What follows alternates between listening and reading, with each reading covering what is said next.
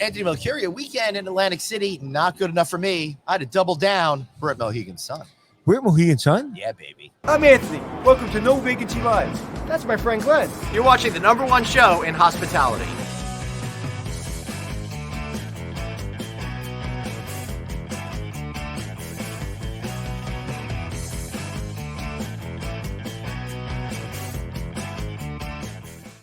Over there. No. Hey, everybody, welcome to No Vacancy Live. That's the camera right there, but I'm going to be insolent and look at this right over here. Sorry, Susan. No, she's shaking her head no.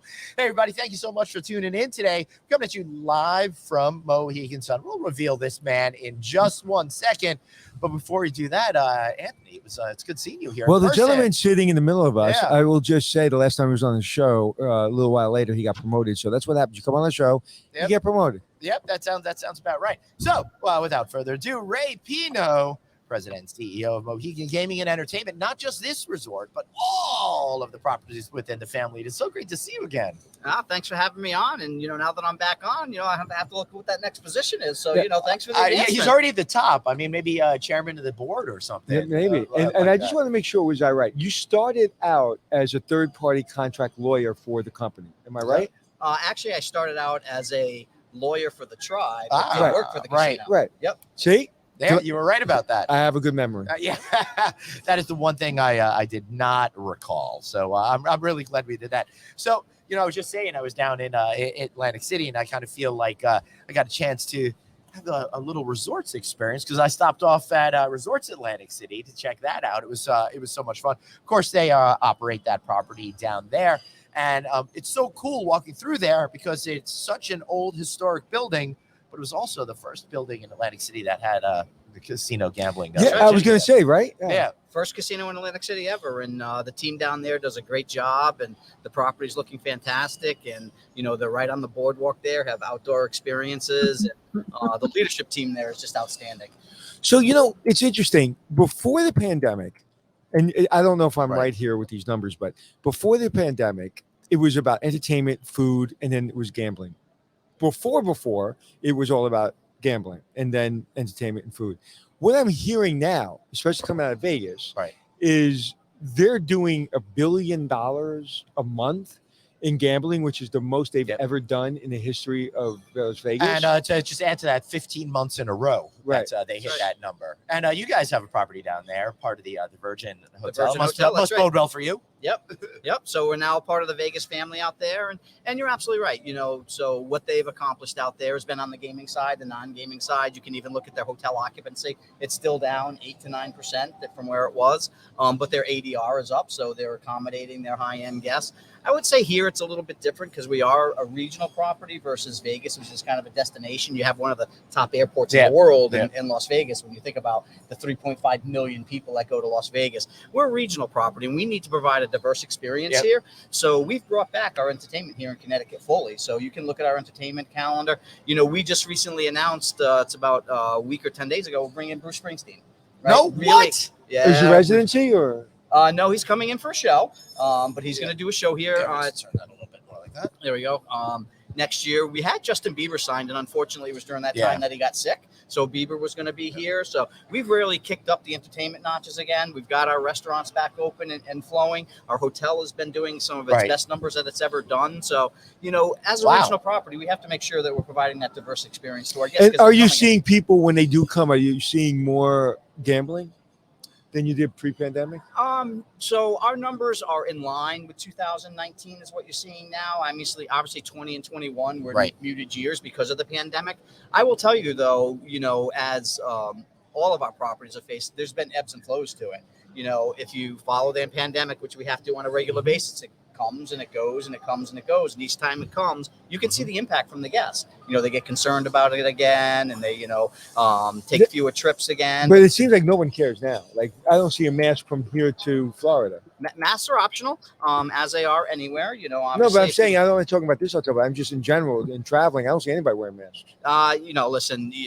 All right. So being in Atlantic City last weekend, I did see people wearing masks, but they were all employees. I don't see any consumers wearing them anymore. I see some people here choosing to do that because they feel safer, which is great. But generally speaking, just no. For the most part, they're not. Yeah. There's still a few that still do. Yep. We still have team members that still do. Yeah. But it's optional. And to your numbers, 95% probably don't wear masks anymore. They're uncomfortable. And, you're sweating them, and it just doesn't feel great. It's funny. One of my clients just texted me. She just got COVID. She's in Florida. Yep. And she hadn't had it the whole time, but whatever. Well, Glenn, I just want to remind you, stay close to your mic because it's hard to hear. oh yeah. Sorry. I can't believe I have to. I can't believe you're actually meaning that in a legitimate way. All right. So I'm kidding. So okay, good. I thought maybe after my weekend I was not talking loud enough for you, Anthony. All right. So one of the cool things here, Ray, and I do want to talk about the overall company in general, but being that I've been here now a good 15 hours or so, getting to hang out and see it. The one thing I noticed was something that I didn't see or smell anymore since the pandemic started. You guys use that as an opportunity to remove smoking and never put it back, and it seems to be working out really well over here. Yeah, listen. We took away smoking during the pandemic, which was the right thing to do, and everybody did it, right? Because there was concerns about the spread of the virus, how it spread. We didn't know as much. We have not brought it back. There's currently no plans to bring it back. We obviously leave our options open. So if sometime in the future we thought it was beneficial, but actually right now, we've done some research on this and we've done some polling of our guests, and even smokers say, I like the atmosphere without the smoking and I don't mind going outside. Now, I don't know if they'd say that today when it's 105 and 80% humidity. Right. But for the most part, people have become comfortable with not smoking at their machines. And if they do smoke, taking that break and we provide outside areas. Listen, on a plane, you can't smoke. So, if you make it can't available, they'll smoke. If you don't make it available, they'll deal with it. That's right. Yeah. Yeah, I thought it was really interesting to see. Particularly, I thought if you were going to have one section, it'd be like the Asian section by the Baccarat or something like that. But no, it's great. Instead, it looks like you're taking some of the resort outside. You're building a new outside area with the bar. It looks like opening next spring, which should be pretty cool. So we actually use that area now. Yep. So it's a hot summer fun area. Yep. They run bands there every Friday night. They have outside fire pits and seating out there. And we want to enhance that experience because it does really well. People really enjoy it. And we want to make it a permanent experience so that every year we can not only run it in the summer, but we can create an area that can be used in the fall and the spring. So it becomes really a 9 or 10 month entertainment area that we can add to the other options that we have at the property. I love that. So just so people understand, last time we spoke to you, what was your title? Last time you spoke to me, I believe my title was Chief Operating Officer. And now what is it? It's Chief Executive Officer, CEO. So you're in charge of everything, basically, day to day. Day-to-day operations of all our properties, yep. And those properties include 2 up in the Niagara Falls area, 1 coming next year in Korea, of course, here. Then there's the Virgin in Did you Las say Korea? Vegas, Korea. North Korea, of Washington course. State, Yep. right, and Pennsylvania. And you forgot New Jersey. Oh, You were just there. Yeah, but I get full credit because I was there and I said something. Where was it? Where is this? At Jersey. Okay. Resorts where I just happened to Now stop by that's this North weekend. Korea or South Korea? Yeah. We're in the South for sure. So I want to ask a question. You've got promoted. You have a lot of responsibility. You've seen a lot of challenges. Probably the most challenge you've ever seen in your career. Give me a moment where, and don't give me the easy answers like, well, I'm always positive and I didn't tap out. Where was a moment where you almost were like, I got to tap out? Like, this is even too much for me and I can handle anything. And then what happened after you just kept on going through? So there's never been a point in time with this organization I ever said I was going to tap out. Right. I think this organization and the leadership and the tribal leadership and the management board of this tribe is some of the best people I've ever worked for in my entire life. And I know I look young and I've been here 20 years, but I actually held several jobs before I was here. Right. And the people here are just outstanding to work for. So I was never going to tap out. I will tell you the most challenging time I ever faced is after 18 years of being here, telling all of our team, we have to shut down all our properties. Right.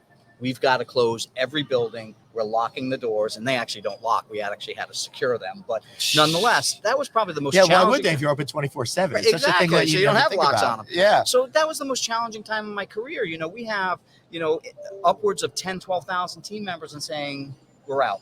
We need to quit. And by the way, we don't know when we're coming back. We thought at the time, if you remember, go back to the beginning, 2 weeks and it'll all be gone, right? 2 weeks, the virus goes through, and you'll be back. Flatten the curve. Yeah. After everyone's coming back, was there a story of an employee that resonated with you, that came back and said, I was out, but it was great to come back? Was there any story that really kind of resonates? There wasn't one particular team member that, called me and said, hey, this is great. But I can tell you that from talking to the general managers and the leaderships at the properties, the goodwill they got from team members coming back saying, thank God you're opening up back up. I can't believe it. I'm so happy to be going back to my job. It resonated across all our properties. I mean, I'm very proud to say, as when I think about a property like here in Connecticut, they have over 1,000 team members that have been here over 25 years. In Canada, right? At Fallsview, who just celebrated its 25th anniversary, they had over 1,500 team members that had been there over 25 years. So I think that shows the commitment to the organization and the organization treating them like family, right? They're part of our family, and we all work together, and they really appreciate the organization, and we appreciate them. Yeah. And I think, people need challenges, right? We all don't think, we all want a vacation. We all want to rest. We all want to take the weekend off. But what we really born, if you go back to our ancestry, we're all kind of hunters and gatherers. We're not meant to sit in front of a computer and sit at home and wait for our job to come back. Right. So there's that people coming back together and the family coming back together. But it's also like, we need the challenge. We need that struggle, of coming to work and not the struggle to work out, but we need the challenge. And I think when you saw during the pandemic, all the mental health issues and all the people, not knowing what's going on, as soon as we all went back to work and you provided the most important thing someone can have is a job. Right. Structure and stability.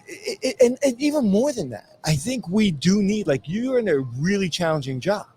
Could you imagine being on the golf course every day? I can't. I need to keep myself busy and active and having new things to do. Right. And I can tell you that in the job I'm in, there's always something new coming up. But from our team members' perspective, I couldn't be prouder of this. And most people, don't know this because we don't talk about it outside. It's our inner circle, but I'll disclose it here. Our guest service scores from 2019 are up over 15% across our properties. Wow. So the team took that challenge of coming back and saying, okay, these guests have expectations and we got to beat them. And they've done that on a consistent basis. And they come in each and every day, and we talk about blowing away the guest. And they do it we wouldn't see scores where we're seeing 12, 13% rises. And our guest service, our A scores, all we measure is A. It's not about B. We think that's, being average. You're not doing what's needed to actually differentiate yourself. And they're delivering better guest service than they ever have. Well, I will tell you, if somebody said to me, this is a brand new hotel, and this has been here how long now? 30 years? Just past 25 years in October. I would say, yeah, it's a new hotel. It looks new. It feels new. I was in the new wing with beautiful rooms. And I love the little touches. I love the little mini bar that you put in that pulls out. I love the QR code on the elevator that you can check out through your QR code. It just feels like it's very, like it's still, thinking forward, and it feels like you just created this hotel, well, also, which is the most difficult thing in the world to do. And you've been continuing to upgrade the hotel, including the rooms over time. So the rooms have been refreshed. Yep. And we're continuing actually working on some refreshing of some of the suites that'll be going on this winter. Yep. Tao's new to the property, so probably wasn't here when you were here. When I saw it, I was like, is it always here? Yeah. No. That used to be Bar Americaine. It was Bar Americaine. That's a big deal. It's a tremendous deal. That's a destination restaurant. I mean, people come from all over for that. People throughout the world know Tao. It's a signature restaurant. It's a named restaurant. And how's it doing? It's doing fantastic. Of course. It's blowing our numbers away from our expectations. And quite honestly, what I'm most proud of with respect to Tao is that our other high-end restaurants that you see in here, whether it's Michael Jordan's or Tuscany they do or well, Apollo, they have not seen a single drop. And in fact, their revenue has gone up. Wow. And Tao 100%. is doing phenomenal. The best thing, anytime I develop a hotel, the best thing I'm looking for is another competitor across the street. Right. Because it helps everybody. Well, that's why Las Vegas is so successful. I think they call that the cluster effect, right? When you have a lot more choices, a whole lot more people wind up coming. Rising tides rises all ships, yeah, right? Well, listen, you get high quality people. Yeah, it raises everyone. He's talking about another podcast. Now, and I really hesitate to ask this question, but I have to ask. Okay. This is a regional property, and you don't have 5 million employees outside your door. Are you having the same challenges that every other company on planet Earth is having right now? It's a national problem. It's not a Mohegan Sun problem. It's not a Connecticut problem. It's not a Pennsylvania problem. All of our properties are having some struggles and some frontline positions. Culinary. I don't know what's happening culinary, but for some reason nobody wants to cook anymore and be a part of the culinary. The culinary schools, especially the ones in Florida, James Beard opened something there that closed, I believe. Cordon Bleu opened something. It's, as a matter of fact, our producer is involved with culinary programs at a school. Dr. Producer Suzanne says they're up 300% in culinary. So yeah, but it was struggling. The reason they're up 300% because she's out there with her flag. And hospitality up 171%. That is absolutely right. If Dr. Producer Suzanne was not there, they'd be down. 4 weeks ago, it wasn't that way. No. So correct. Dr. Producer, we're not talking about that because 4 weeks ago you were telling me that life is coming to an end in culinary. Well, in order to get that though, she said she had to do 80 events for recruiting. Right. So let's put that in perspective. Yeah. But in general, everybody I'm talking about, because what happened, in my opinion, is everyone saw the Food Network, right? And everyone saw how cool it was to be Bobby Flay and Guy Fieri, and then they realized how hard those people work, and they're like, no, I just want to like cut stuff on TV and like everybody smile and be happy and celebrate me, and then they worked 18 hours in the kitchen and they see how hard it is, and if you don't have a passion that's driven, I go to a restaurant called Rocco's of Rock Beach in Queens, and the chef, you would think he's insane if you saw him cooking. He is insane. Chances are because he's a chef. I've been around more chefs than most. He's at a new level of insane. You take the dish away and say, no, that's good enough, chef. He'll stab you in the hand. But you need that. And in culinary, if you don't have that, because I could never work in the culinary. You got to have a passion for it, right? It's not an easy job. There's a lot of long hours to it. You're sitting behind a hot stove or oven the whole time, so you're sweating all the time. And each plate is reviewed individually, right? So everything's made to order, so it's each order's coming out specially, so you got to have a passion for it. And listen, I will say that the team here, regardless of the challenges that we've had, have stepped up because they really have a passion for what they do, and they don't want to see any degradation to the amount of service and the quality they put into their product. So each and every time our team has stepped up and delivered. Would you guys ever consider doing a school like the Rosen School of Hospitality in Florida? I've never given that any thought. Let's thought about it. Yeah.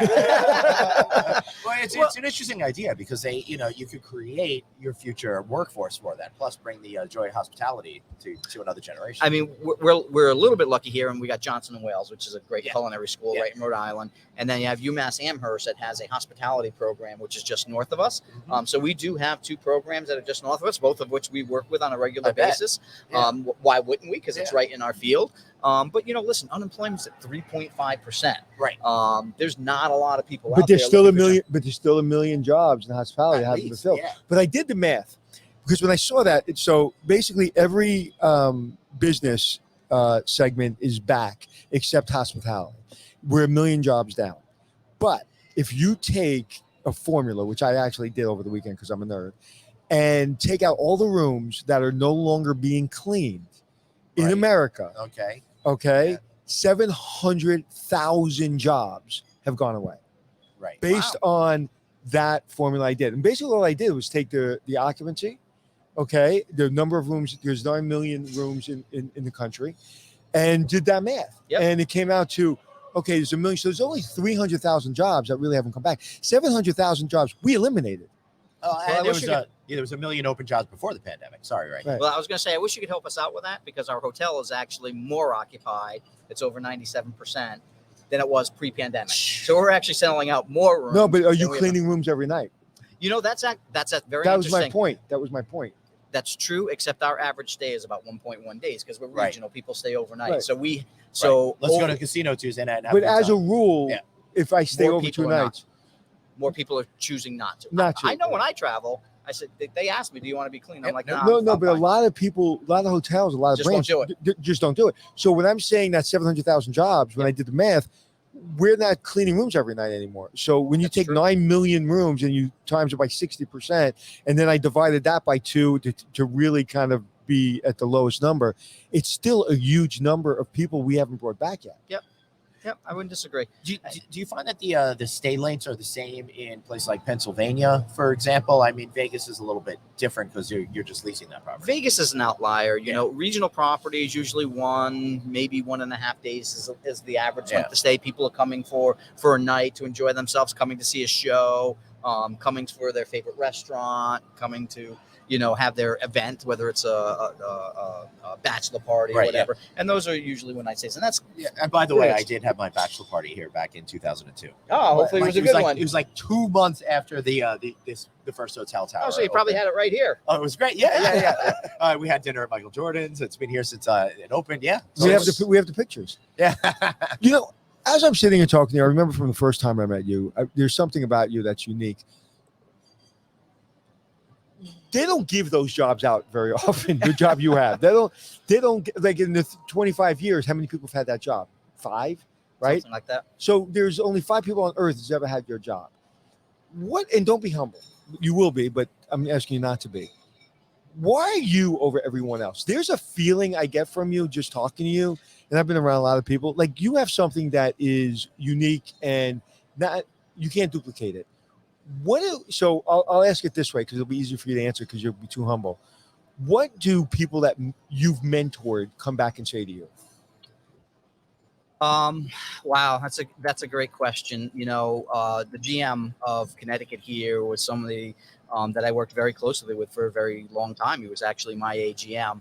And the GM in Pennsylvania is someone that I worked with a long time. I think, a couple of the things they say about me is they're always going to get the straight shot from me. Yep. Right. I'm not looking to beat around the bush. Let's, talk honesty. And quite honestly, I tell everybody that works for me, be honest with me. If you think I'm full of BS, just say it. Yeah. Just tell me. You're not going to offend me. Like people have a hard time saying, if I said this to him, he's going to get mad. Yeah, right. You can't offend me. It's just, I just have one of those thick skins. So doesn't really care what they say. Just brush it off. Oh yeah, you're a tri-state area. No, guy. but more importantly, if you don't believe it, you'll brush it up. But if you do believe it, you'll do the work. Right. And then they trust me, right? Because they trust me because I know I'm a straight shooter. I'm not trying to one up anybody. I'm not trying to get ahead of you. We're in this together, and you're going to tell me what you think honestly, and I'm going to tell you what I think honestly, Yeah. and we're going to come to a resolution. And how many together. people have you promoted to customer that actually say thank you? I think it's a great compliment when someone says thank you for whatever you've done. Right. I strive each and every day to people thank me for what I've done. We're in the service business, right? Yeah. That's what we do. That is our job, is a service business. Yeah, but there's very few people that have that unique ability to handle the struggle, handle the challenges, listen, this is life and death. You have people living in your building, 24/7. You have people's lives in your hand. So that stress, and you have lots of money and financial responsibility and employee responsibility, and you do it like you're flying a kite.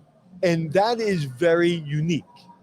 You don't carry the heaviness with you. That's what it is. Well, you know who else don't carry the doesn't heaviness. You know who else doesn't carry that heaviness? The owner of Virgin, Richard Bosworth. He's got that same kind of vibe. Boz is a great guy. Yeah. Listen, at the end of the day, I truly believe personally, if I do the right thing, and I do my best, that I can't do anything more than that. So what more can I do? So why stress myself out about it? I'm doing the best for the organization. I'm doing the best for the teams, and I'm doing to the best of my ability. There's nothing more I can do. So I'm putting all my effort 100% every day, each and every time I come in. There's a saying that you can do anything you want. You just can't do everything you want. And someone with your personality is like, I'm going to focus on these 3 or 4 things. I'm going to do these better than anybody else. You can't duplicate somebody else's authenticity. Like the one thing people say about me or even Glenn is that we're authentic. You can't duplicate that. And as long as you can keep that, even if some people don't like you, people are obsessed with authenticity. That's why you can sell retro jeans for $500 or whatever. People are obsessed with authenticity. And I would imagine that you get that a lot, that people say, man, he is an authentic guy. There's no hidden agenda here. No, nothing to hide here. I am what I am, and you get what I am. And I'm Popeye the Sailor Man. But yeah, talking to you guys, talking to whoever it is, this is what you get. This is Ray. Right. And it is Ray. It's not, Mr. Pineault or Raymond. It's Ray. I'm Ray. I'm just like you and everybody else. And, I can get fired quicker than you can. That's my favorite saying when people are like, well, I'm intimidated. Right. I said, you know how fast I can get fired? You have to go through steps. I can just somebody tap me on the shoulder and go, see ya. Yep. You're tapped out. Thank you. Yeah. All right, so I want to make sure we talk about, I think the biggest trend that we've been seeing in gaming in the last couple of years. That is, of course, sports betting now Yes. finally rolling out across the country. Finally, the courts made way for it to be legal in places that it wasn't available before. Originally, I think it was just like Washington State and Delaware and somewhere else or something like that because of some obscure rules. That's right. But now you can do it here, no problem. What was that relationship like getting in with Fanduel to create what looks like a really great sports book that I was looking at last night? So listen, it's adding that product to our cadre of different things that we have was a tremendous addition, right? People want to wager. I mean, just think about the underground market that was going on. Yeah. People were doing it anyway. Why not take it out of the light? And now we can add this great amenity. So if you're coming to watch a Super Bowl, like NFL football season, you'll see all the ramping up come NFL football season, right? Preseason starts. Come September, you're going to see all the advertising. People love football. And that place will be jamming during football. March Madness, that place is absolutely crazy during March Madness. People love those sporting events, and why not offer that to our guests? It was happening anyway. Yeah. So why not allow the casinos to offer and you don't this? feel dirty doing it. I mean, listen, I'm probably one of the only person that loves sports. I watch it all the time, but I don't like gambling on it. And the reason I don't like gambling on it because it takes me out of the sport. It's funny because it takes me out of the game. Like the other day, I the first time I ever sports bet first and last was a UFC fight. It was heavyweight championship, and I won $20 or whatever. But I didn't enjoy it as much as I did because as much as I do when I don't bet on it because I was worried that I was going to lose, not worried that I was just enjoying it. So for me, it doesn't do anything. But everybody I know is sports betting. Oh, yeah. So I'll tell you the one thing I've learned about sports wagering, and this is just true. People love favorites and they're homers. Yeah, right. People don't. So if you're a Red Sox or a Yankee fan, You're not betting on the Yankees. you're not. You're just not. You could never do it in But a million years. But you said something very interesting. I said sports betting, and you said sports wagering. That's very interesting. Why is that? I don't know. It's just a terminology that I've always used is, you're wagering on a game, you're putting some money down on the game. And, I know people, I don't bet on sports either. I did twice in Las Vegas and lost them both. And I'm like, I hate this because I'm more worried about winning my $20 back than I am about my favorite team's winning. That's exactly my point. It's like, I love the UFC. It's my favorite sport. I'm a historian of it. Yeah. And I wasn't paying attention to anything outside of, oh my God, I'm going to lose my money. And it was only $20 or whatever it was. So you still think about it rather than, The only thing I can bet on is the Super Bowl boxes. I can bet on that. Ah, there you go. I've never won one of those. Yeah, that hardly Me counts, either. though. I mean, you're just randomly taking boxes out of the people that didn't take on that one. So how does something like that come together? And what are the benefits of working with an organization such as Fanduel as opposed to just going at it on your own? Because back in the day, you think about Las Vegas, when they had sports betting, they always had people in-house that just set the line and stuff. Yeah, listen, I mean, if you think about Fanduel, and you can do all the research on it, right? They are the number one sports betting partner in the entire United States. They are dominating the market. Every market you go into, they're one, and a couple they're two, but moving into one. And in some markets like Pennsylvania, they're like 60% of the market. So they're really dominating the market. So what better partner to have than the most prominent sports wagering organization in the entire United States? I think that fits well with us as we're the most dominant casino in probably the Northeast, right? We like to think of us. So bringing two great brands together like that have great databases that can go out and bring customers in. They have a great product. We have a great product. So it's not really like, oh, we could just do it ourselves. But if we go through them, we'll be able to really create something special that'll bring a lot more people than if we did it ourselves. Major market share, right? Yeah. But as an operations geek, the legal and insurance ramifications, was that any interesting? Like, is that a perspective? It was like, okay, from an insurance standpoint and from, putting ourselves at risk for that much money or whatever it is, was that ever, or was it just like, they're going to outsource this and we're going to go with the best? Never, legal and insurance was never a perspective that we took.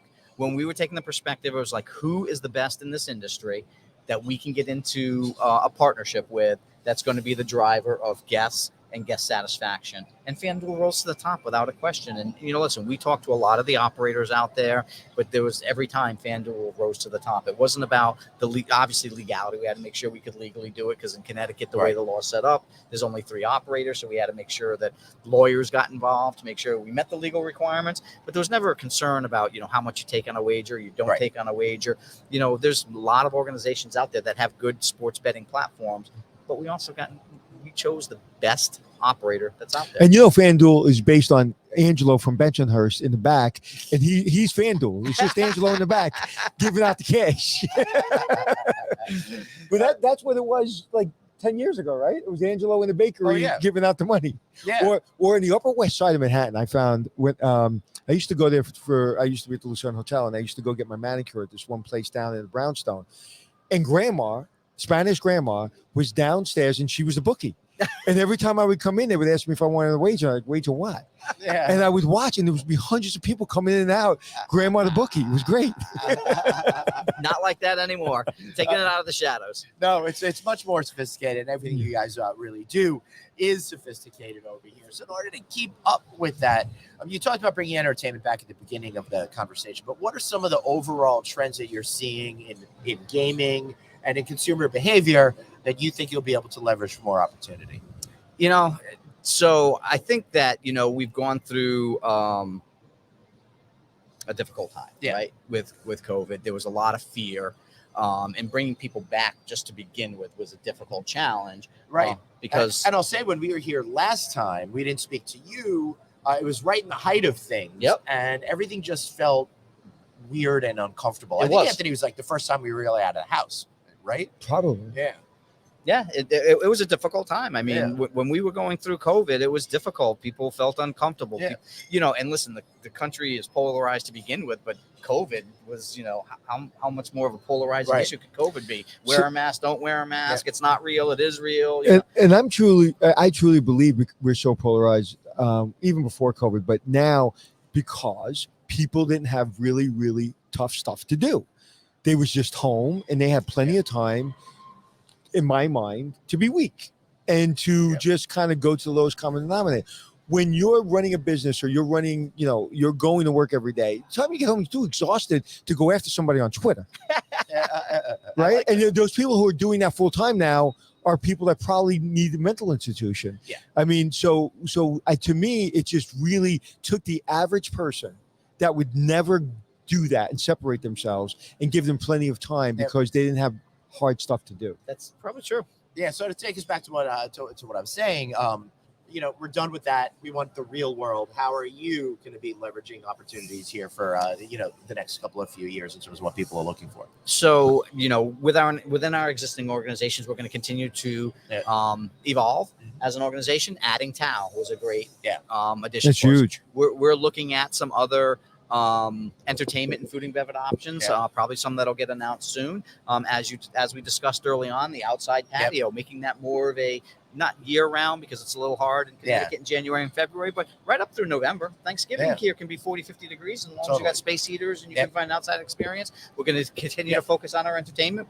We've been ranked as high as #1 in the world for venues our size. We're going to continue to focus on that. And then as an organization, we're going to continue to look for opportunities to expand the organization. In Baltimore at a casino that they have down there. I won't mention the name. You guys could look it up. We broadcasted on that before. They have an outdoor casino now, but you can hardly tell it's an outdoor casino. The only thing is that they put all the slot machines up against this one place, and this is the only thing you can really see of outside, right at the top. But it was great. It allowed people to have an outdoor experience that they were really looking for and still get to play games. That was pretty neat. Well, when the weather's nice, who doesn't want to be outside? Oh, yeah. Now, when it's 105 and 80% humidity, I want to be inside because it's way too hot. Yeah, that's why I'm happy to be in here right now. Yeah. I actually, truth be told, my offices aren't in this building anymore. Yep. We're actually up at the government building. And I walked outside, and my car was so hot getting into it. 105. I'm like, I touched the steering wheel, like, oh, man, that's hotter than I want. But so outside of line employees, young managers or mid-level managers, what are they looking for today that maybe they weren't looking for before? And we'll just say wages. Wages now, like minimum wage for a manager, seems to be a little out of control. But what's the difference in mindset? It's funny because I have 3 kids that are all in or approaching their 20s. Me too. And a lot of young kids want to be the president when they think they deserve or have worked hard enough through college to be the president of organizations. And right out of college. Yeah. They don't have to go through the steps. They're smart enough to do it already. But honestly, I have a daughter who just started in the work world. And, what I've told her is, like, work hard and show your commitment to the job. And listen, she's been doing it for 3 months now. And, I see her come home at night and she'll still be working at 7:00 at night. I'm like, that's the way to do it. Show your commitment. Show that, you're going to do the work and you're going to work hard. You're going to outwork your teammates, and show that you know how to do the work, and you're going to do it well, and you're going to check your own work, and you're going to deliver a good product, and you're going to build those relationships with your managers. I think that what people need as young managers, have relationships with their leadership and their team members. Like, your team members need to be able to trust you, right? So if you're leading a group of people, whether it's in table games or slots, wherever it is, they need to be able to trust you. If they have an issue, if they have a concern, if they have a question, they need to know they can go to you, and they're going to get an answer, and they're going to get a response. It's not always the response that they want, right? Because a lot of times you have to tell people what they don't want to hear, but you're going to be honest with them. You're going to tell them the truth, and they can come to you with those, and you're going to give them a response. I think a volcano's going off or something. Yeah, remember being at one of those theme restaurants and they bring you that drink, But what the is volcano that? nachos. Volcano! Did something just go off, a waterfall or something? Or is it just me? That's probably just the machines doing Oh, it's something one of the fun. machine? Yeah, I would think. And even when you give people a good work environment, some people just move on. But you're going to be, with everything you just said, work hard, you show commitment, you make relationships, you're still going to be overlooked. You're sometimes not going to be paid what you think you're worth. So what? Keep grinding, and there's going to be a moment. And we all have had those moments. And I could talk about 5 of them where I just felt like, man, I got screwed over or whatever. And I didn't care. I cared, but I just kept on grinding. That's right. And all of a sudden, I got tapped 7 levels above where I thought I would be at that age. And I was like, holy crap, how'd that happen? Because I was too busy grinding to worry about, somebody wasn't being fair to me. Listen, life isn't fair, and people get overlooked all the time. But if you continue to put in the time, you continue to put in the effort, and you build those relationships, people will notice you. Mm-hmm. And it may take longer than you want. Listen, like you, Anthony, I can go back and recount through my career a number of times where I say, that really should have been me. Why am I not getting that? That should have been my opportunity. But you know what? I didn't brew over it and stew over it. I said, I'm going to go back. I'm going to do my job. I'm going to continue to get noticed. I'm going to show them that I'm going to put in the effort and the commitment, and I'm committed to the organization. And, fortunately, I got very lucky and look where I am today. But I didn't brew over opportunities I thought that I was qualified for. I give myself 4 hours, right? Because I'll forget everything in 4 hours. Right. So if 4 hours, I'll stew over, pissed off about something, and then it doesn't belong to me anymore. But usually, it'll take me 4 hours to get over something. Never more than that. Yeah, good. Never more than that. Unless somebody makes it personal, unless somebody's coming after me. Yeah. Then I'll have to end that pretty quick. Yeah. But outside of that, I just won't allow myself to go into the next day stewing at the Plaza Hotel when I got overlooked for the front office manager job. I stewed over it for maybe 8 hours. And within 2 weeks, I was promoted to the person got fired that got promoted over me in 2 weeks, and I got the job. There you go. And it just, that's where, but again, I think the problem is today, it's not so much the people, it's the opportunity, technology, and flexibility that we didn't have. Here's a job, sit there, shut up. Now it's like, here's a job. Oh, and by the way, here's a shiny ball. Here's another shiny ball. Here's another shiny ball. Oh, my friend's in Vegas living it up. And I see all his pictures. And I'm sitting in this cubicle and I'm hating it. And he looks like he's having fun. The time I get out to Vegas to party with him and to get that great job, he got fired and he's on his way home. Like in New York City, everybody left. Everybody's coming back. Yeah. Everybody's coming back. So I think that's what's happening that we didn't have. And that's why when people say, well, our generation, we grinded. Yeah, we did, but we didn't have a lot of shiny balls in front of our face to take our eyes off the ball. Well, social media and TV and everything else where you can see everything going on. But I would say this, and I would say this to any young professional. And I say this to team members because obviously we lose team members all the time. The grass always looks greener on the other side till you get there. Yep. And I can't tell you the number of times team members have left us. And we actually just had an example the other day. 2 weeks ago, a team member of ours left, went for the next shiny ball. They were going to get paid a little bit more money. Manager or line employee? It was actually at the director level of the organization. Within 2 weeks, they called back and said, "Have you filled my job back? And would you take me back?" Now, listen, they were a great team member. We didn't want to see him go. We wished them the best of luck on their way. But they got out there and realized what they were promised in that shiny ball wasn't as shiny and pretty as they thought it was, and realized that the culture that we created here, the atmosphere, the team spirit, was not missing. easy. It's not. It's and not. Did you take him back? We did. Yeah. Well, I don't hold a grudge against somebody that's listen.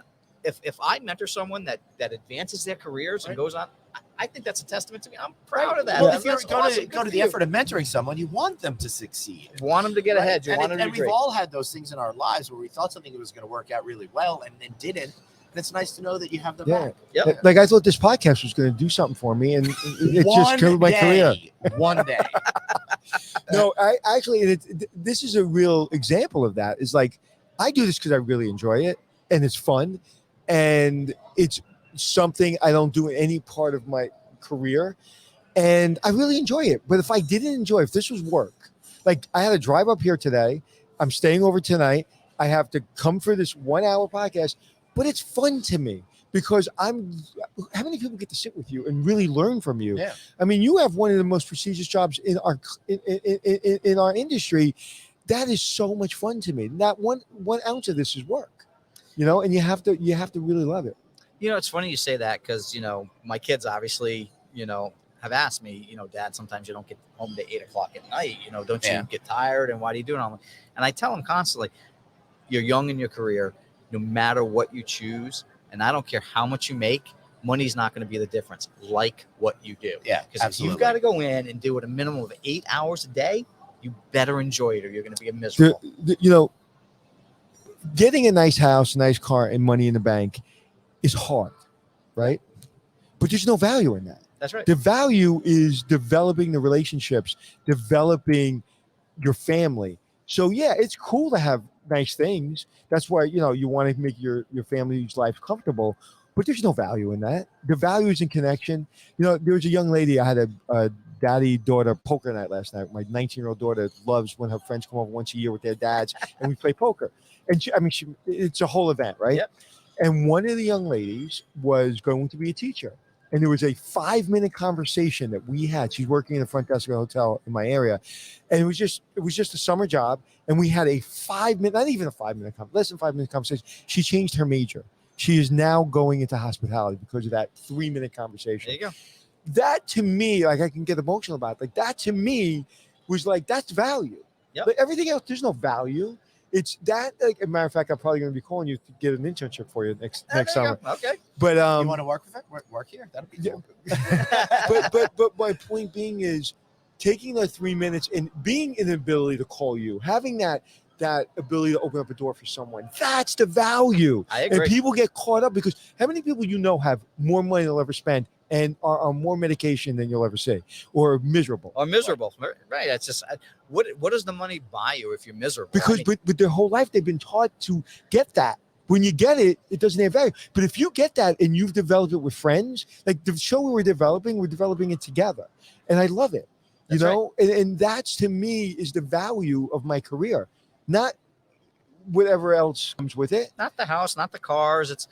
Listen, I agree with you wholeheartedly. Like the material things, I guess they're nice to have, but if you're not happy in your own life, then none of it's worth anything because you've just pissed away a Right. And none of it will mean anything anyway, because you could get that fancy thing, and then it's been learned through studies that your brain will reset to its natural level anyway within a couple of months. Right. Get a fancy car, a fancy house, whatever it might be. Sounds great for the That's why when we go on vacation, we come back 2 weeks later, we're like, here we back go. to it again. Right. Yeah, exactly. In that sense, that's why I'm not ending my vacation at all this summer.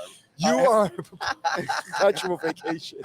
I hadn't had a vacation in over 3 years, and like now I'm just. It's been hard for anybody. Now I'm going off the deep end.